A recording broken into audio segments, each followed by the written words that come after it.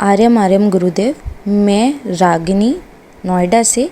मेरा प्रश्न ये है कि हम जो हर महीने अपनी तनख्वाह जो हमें मिलती है उसमें से कहते हैं हमारे बड़े बुज़ुर्ग कि हमें 10% निकालना चाहिए ईश्वर के लिए।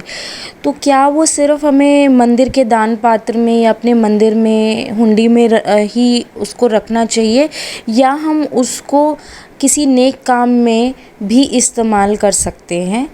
मतलब मेरा है कि जैसे किसी भूखे को भोजन करा देना, किसी जानवर को की जो संस्थाएं होती हैं वहाँ पे वो पैसा डोनेट कर देना।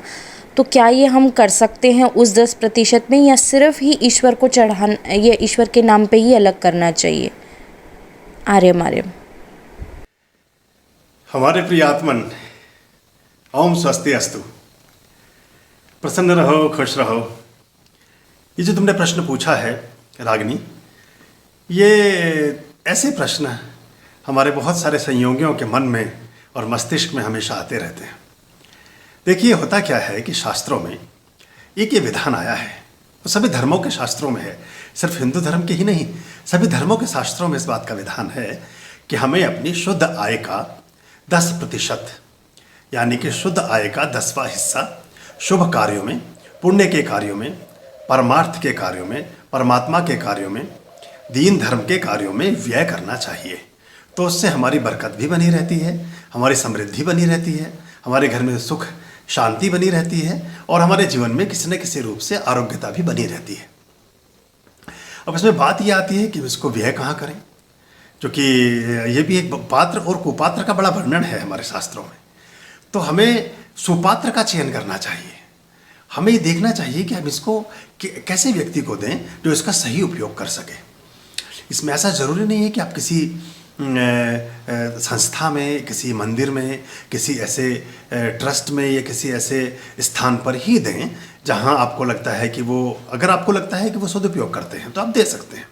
लेकिन अगर आपको नहीं लगता कि वो सदुपयोग नहीं करेंगे तो आप इसको कहीं पर भी दे सकते हैं। और भी इसके बहुत अच्छे तरीके हैं। जैसे आप सपोज कीजिए कि आप 20,000 रुपये महीना आपके शुद्ध आय है, और आपको लगता है कि मुझे इसमें से 1,500 से 2,000 के आसपास व्यय करना चाहिए किसी अच्छे कार्य में, किसी पुण्य के कार्य में, किसी परमार्थ के कार्य में। तो आप इतनी धनराशि का अनाज लेकर के पक्षियों में डाल सकते हैं, पक्षियों को खिला सकते हैं। ऐसे जो स्ट्रीट डॉग्स हैं उनको आप दूध और ब्रेड ऐसी चीज़ें फीड कर सकते हैं। आप इतने पैसे के बहुत, देखिए, औषधीय पौधों का और ज्योतिषीय पौधों का जो पूरा बॉटनिकल एक साइंस है, और उसमें जो मेडिसिनल प्लांट्स हैं उसका बहुत बड़ा एक योगदान है। पूरी प्रकृति और पूरी सृष्टि को आप अपना एक महत्वपूर्ण योगदान देते हैं उस तरह का उपयोग करके। उतने पैसे के आप कुछ अच्छे पौधे खरीद लीजिए, उन पौधों को किसी सार्वजनिक पार्क में लगाएं, अपने मित्रों को बांटें, अपने मिलने वालों को दें। अपने जन्म दिवस पर ऐसा करें कि जब रिटर्न गिफ्ट देते हैं ना, तो रिटर्न गिफ्ट में आप पौधों को उपहार स्वरूप देना प्रारंभ करें, और लगभग 1 फीट के आकार का गमला ले लें, उस गमले में लगा करके ही दें उनको। और वो ध्यान से लेकर, हम अपने आश्रम में हमेशा ऐसा करते हैं कि जितने हमारे अतिथि आते हैं और जिनके घर पर ऐसा स्थान है, जहाँ क्यारी है, कोई ऐसा खुला स्थान है, कहीं वो लगा सकते हैं पौधा, तो हम उनको पौधे वितरित करते रहते हैं। हमारे पास बहुत सारे पौधे हम रखते हैं हमेशा। तो ये काम आप कर सकते हैं, बहुत पुण्य का कार्य है।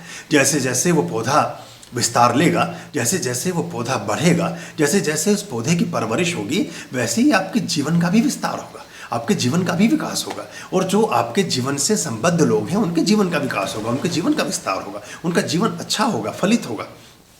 ये उपाय आप कर सकते हैं। इस सब में फिर कई बार हमें ऐसी संस्थाएं देखनी चाहिए, जो संस्थाएं, इस ऐसी व्यवस्थाओं में मैंने अपना अनुभव ये किया कि जो गुरुद्वारे हैं वो बहुत अच्छे से कार्य कर रहे होते हैं।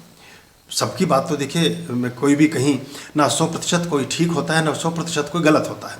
लेकिन बहुतायत में, अधिक मात्रा में अगर हम किसी चीज़ को देखें तो वहाँ एक तो लंगर चलता रहता है, और वो कभी किसी से किसी की जाति, मजहब, धर्म कुछ भी नहीं पूछते।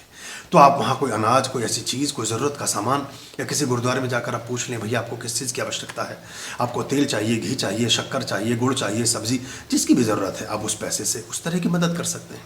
क्योंकि वहाँ आने वाले व्यक्ति को वो खाना खिलाते रहते हैं, तो वो एक अच्छा सदुपयोग आपका हो जाता है।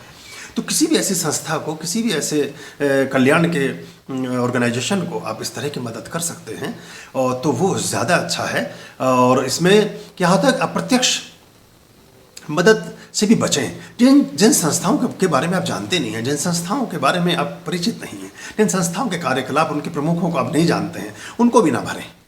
ऐसी स्थान पर ऐसी लोगों को मदद करने की कोशिश करें जिन्हें वास्तव में ज़रूरत है। अपने आसपास में ऐसे ज़रूरतमंद गरीब लोगों को देखें जिनको वास्तव में ज़रूरत है, और उनको काइंड की शक्ल में दें। पैसा ना देकर के सामान देने का प्रयास करें। कोई आपसे अगर 100 रुपये मांगता है तो 100 रुपया बहुत ज़रूरत है तो दे दें, लेकिन 100 रुपये देने के स्थान पर अगर आप 100 रुपये उससे पूछे तुम क्या करोगे, वो कोई नौकरानी है, या कोई व्यक्ति है, या कोई ऐसा भिखारी है, या कुछ है, वो कहता है मुझे चप्पल खरीदना है, तो उसको चप्पल ला करके दे दें आप।